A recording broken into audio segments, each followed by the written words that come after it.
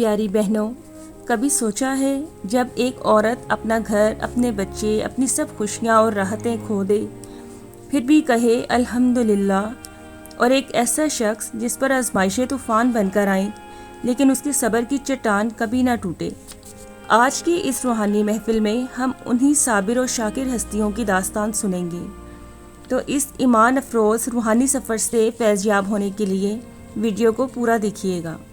یہ کہانی ہے اللہ کے پیارے نبی حضرت ایوب علیہ السلام کی، جن کو اللہ نے ہر دنیاوی نعمت، مال و دولت، کھیت، باغات، اولاد، صحت، عزت سب کچھ عطا کیا تھا۔ ان کے قریبی لوگ ان کی قسمت پر رشک کرتے تھے اور کہتے تھے ایوب جیسا خوش نصیب کوئی نہیں ہو سکتا۔ لیکن بہنوں، اللہ اپنے نیک بندوں کو صرف نوازتا ہی نہیں بلکہ آزماتا بھی ہے، جسے قرآن میں کئی جگہ بیان کیا گیا ہے۔ جب اللہ پاک نے حضرت ایوب کی آزمائش کا ارادہ کیا تو پہلے ان کا مالی نقصان ہوا، پھر ان کا کھیت باغات سب جل گئے، اس کے بعد باری باری اولاد چھن گئی، اور آخر میں ایک جان لیوا بیماری اتر آئی، بیماری بھی ایسی کہ سب قریبی لوگ دور ہو گئے۔ ذرا سوچیں، وہ انسان جس کے در پر روز ہزاروں لوگ آتے تھے وہ اکیلا رہ گیا، لیکن صبر مسلسل اور رجوع اللہ میں کوئی کمی نہیں آئی۔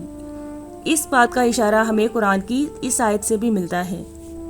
جب سب لوگ ساتھ چھوڑ گئے، نہ مال رہا نہ اولاد، بس اس مشکل وقت میں ایک ہی وفادار ذات ان کے ساتھ تھی، وہ تھی ان کی وفادار بیوی۔ وہ اس مشکل وقت میں اپنے شوہر کی خدمت کرتی، ان کو دلاسا دیتی، ان کے زخم صاف کرتی، ان کو کھانا کھلاتی۔ حضرت ایوب علیہ السلام کی بیوی سے ہمیں شوہر کے مشکل وقت میں اس کی مدد اور اس کا سہارا بننے کا سبق ملتا ہے، اور یہ بھی پتہ چلتا ہے کہ ایک وفادار بیوی کا اللہ کے ہاں کتنا بلند مرتبہ ہے۔ سیدنا ایوب علیہ السلام نے صبر کا حق ادا کیا، اور آخر کار وہ لمحہ آیا جب وہ پکار اٹھے، اے میرے رب، مجھے تکلیف نے آ گھیرا ہے، بے شک تو سب رحم کرنے والوں سے زیادہ رحمان ہے۔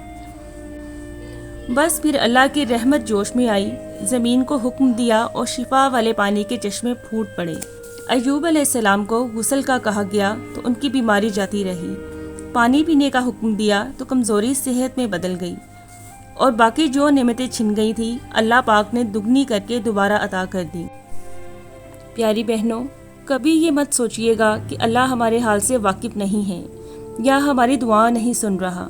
جب بھی مشکل وقت میں نا امیدی کے سائے نظر آنے لگے تو ایوب علیہ السلام کی کہانی سے امید کا دامن پکڑیں۔ اگر اللہ اپنے جلیل القدر انبیاء اور پیغمبروں کو آزما سکتا ہے تو ہم گناہ گاروں کو کیوں نہیں؟ اللہ آزماتا ہے پر اپنے بندوں کو اکیلا نہیں چھوڑتا۔